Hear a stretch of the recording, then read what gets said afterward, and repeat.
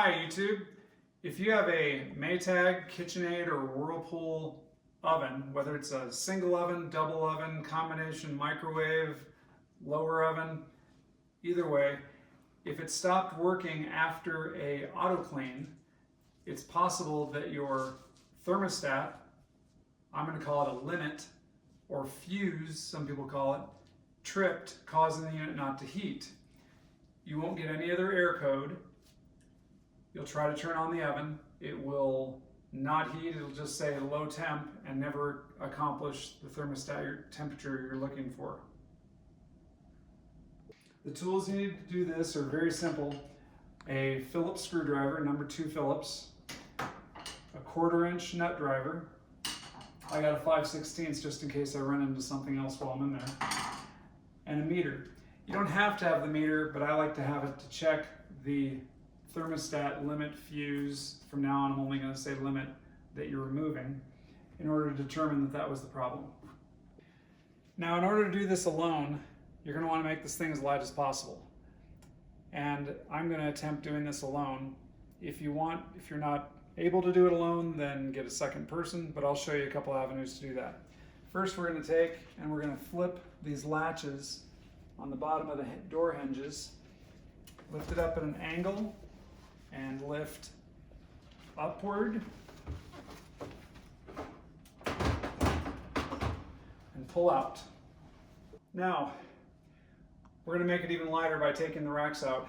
And just a heads up, I did talk to an appliance person about doing this prior. They have a great trade, and I'm not taking anything from them. I'm just showing you how to try to save anywhere from $700 to $1,000 by doing this yourself. The appliance person told me most likely during the cleaning cycle, leaving even one rack in, the rack will maintain the temperature longer than the cabinet will, causing the limit to overheat. All right, now I'm going to take these out. I told you don't have to have a screw gun, but I do. So what are you removing? This bottom reveal. It's kind of a trim plate.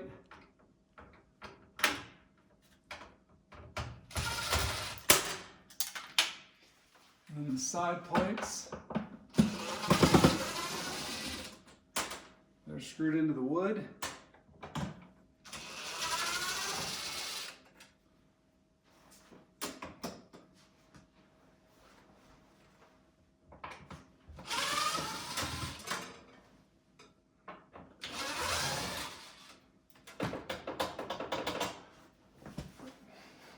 Okay, so there are much more expensive items that you can get to set this on. I made a little platform. You can use an appliance dolly. You can use a couple pallets. This is what I had room for. So I made it the size of the oven so I could pull it out, set it on it, and not scratch the floor. So make sure, obviously, you turn the power off before you start this project at your breaker, and then you should be able to lift it out like this.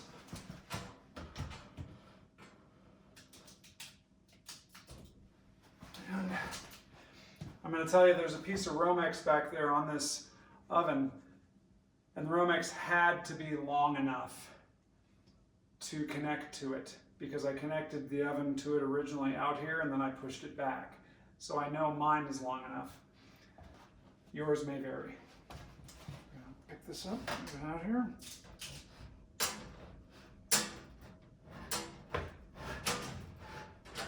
All right, now that we have the oven out, there's 2 panels. There's this lower panel and the upper panel, and I'm going to pull them both off and show you what's behind them. Okay, so the upper limit on this one isn't bad. It hasn't failed. But I'm going to replace it anyway because it's really not the easiest thing to get this thing in and out. The upper limit and the lower limit on this oven are the same part number, and that is 4449751. So we're going to take that one out, replace it. The bottom one down here is under and behind this, so there's a couple more screws to take out, but we're doing good and we're almost there. this there. This area down here. Yeah, I didn't have it in the photo. So we're going back up to the top. Are we off? Okay, so I already took the other one out. It's 2 1/4-inch screws. And everything on this so far is 1/4-inch screws. This is the one that came out. Has 2 wires and 2 screws, and that's it. All right, to get to the bottom limit, it's not on the back, it's not on the back side, it's on the top. Probably one of the reasons it trips. Planned obsolescence. So, we have to take 2 things off. First, we're gonna take off this panel, which is 5 screws and 2 wires off the element. And pull it out and carefully clear these wires. And then you have to take out the motor, which is 4 screws. It's going to be 2 on this side and 2 on this side. And then unfasten this clip, and the motor will come right on out.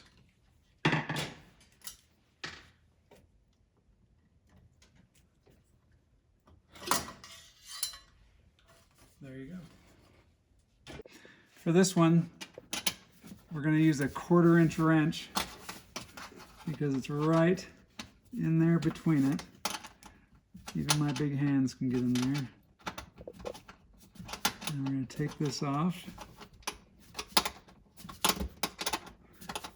And what's great about this project, every screw, with the exception of the 6 screws that hold the front clip plates on into the wood, all the screws are 1/4-inch, and all the screws are the same depth size. Can't mess them up. And here is the limit. It just slides on out. We're going to pull off the wires like so, and we're going to replace that. Okay, for this sake, we are going to test the old one out, test it to see how it works out. So we're going to go to the horseshoe symbol, which is the ohms. And I'm actually going to go to the sound tone for the video. And if there's no sound, this is bad. No sound. This is bad. But see, that means it's good. I'm touching them. Open line. Open line means no electricity is going through. Okay, so I mentioned open line before. Open line is like a bridge. Open line means the bridge is broken essentially. Notice here, that is a closed circuit. That means it's working. Also, the other one that I took out will not only not make a sound, remember, no sound, sound. There's no evidence of burn. It's not showing it's burned. It's not showing any sign of working or not working other than it not allowing the stove to heat.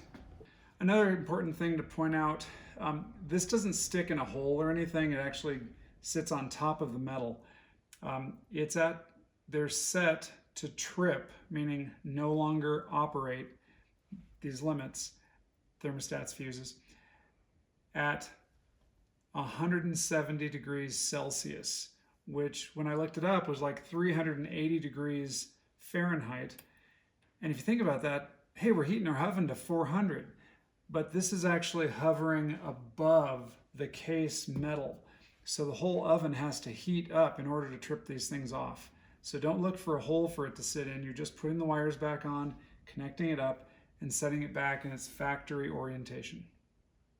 All right, so now that the limit's back in place, we're going to reverse the process of putting this back together just how we took it out by putting the motor back in first, 4 screws and the electrical clip.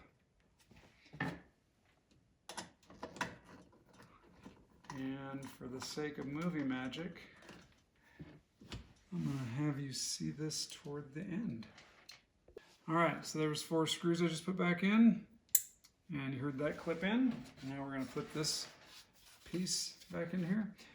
Not a real hard part, but just kind of, there's a slot right here and some wires go through it over there. You just gotta be careful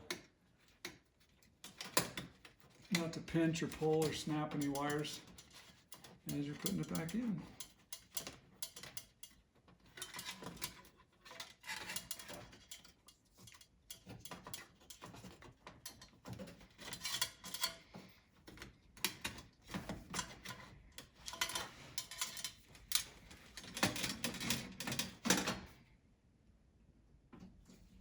These are the 2 wires to the heating element. All the wires should go down fairly tight. And 5 screw laters. I'll see you in a minute. All right, I'm going to save you from watching me put 32 screws back in 2 covers. But we're at 42, including this, and another 6 in the front. So just short of 50 screws in all. I'd say 50 screws out and back and all that, turning off the power and putting this back together, save you $1,000. Pretty good. Hang on. Another point I wanted to point out. These parts we used, these limit thermostat fuses on Amazon, were approximately $75 each. And I was told by the appliance guy that I work with and trust very well that the cheap ones from Amazon, they're like $28.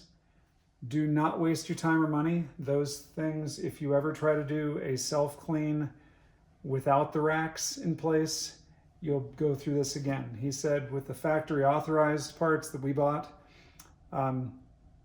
these you can do the self-clean again. Okay, there's the 4th screw. Here comes the 5th screw. I ask myself all the time, what would Bob do? Bobby K, big Bobby K, big man on campus. Shout out to Bobby. I'm getting tired. I'm on my 700th screw. Oh, there was only, how many? Oh, 50. And this is the Romex I was talking about being long enough. Again, by code, this has to be accessible so you can pull it out. So when people talk about, make sure your Romex is long enough, you can't possibly see if the Romex is long enough until you pull the oven out. Secondly, just so you know, we're not building a Dodge, so we want to make sure all of our parts go back in, not no leftover change. All our screws came out, went back in. I have to tell you, this is a 2-person job. And if you have a height-challenged wife, she really does counter with her extreme brain. She came up with the perfect way to get this in, and we just use a little toothpick to roll it over the top edge and slide it in. And that's, there it goes. It also helps if your stand is the perfect height. And there. All right, so then that's the 4 that hold the faceplate in. And then we have 2 that hold this bottom trim piece on. And then we're going to put the racks back in and the doors back on. So here we go. And the reason people talk about why you want to take this off is this will come into play of being in the way for your jack or your pallet or your spacer from here to the floor. The reason I didn't give you dimensions on the spacer I made is everybody's height of this is going to be different from the bottom of the oven to the floor. Some are going to be 12 inches off the floor, some are 11, some 6. You just have to measure and make that yourself. On to the racks. And suggestion is when you're putting your oven racks back in, it's a really good idea to talk to the lady that operates and uses the oven racks. Right, sweetie? You got it. All right, so you slide these back in. This thing one on each side. Push and back lifting until they go in place. Make sure it's well seated. Open it all the way. Click down the locks. And there you go. So prior to Mike fixing the oven, thermostat, circuit, whatever it is, the oven on the bottom, the one that I used to self-clean on, would only say low preheating, and it never would get past low preheating, and so it never heat up. So we're testing it now to make sure that both the upper and the lower oven will go beyond the low preheating. All right, as you can see, the oven is heating up. We have temperatures now on both the upper and the lower oven. So it appears my oven is fixed. I can resume my baking. Thank you to my husband, my hero. If you like this video, please like and subscribe. Thanks for watching.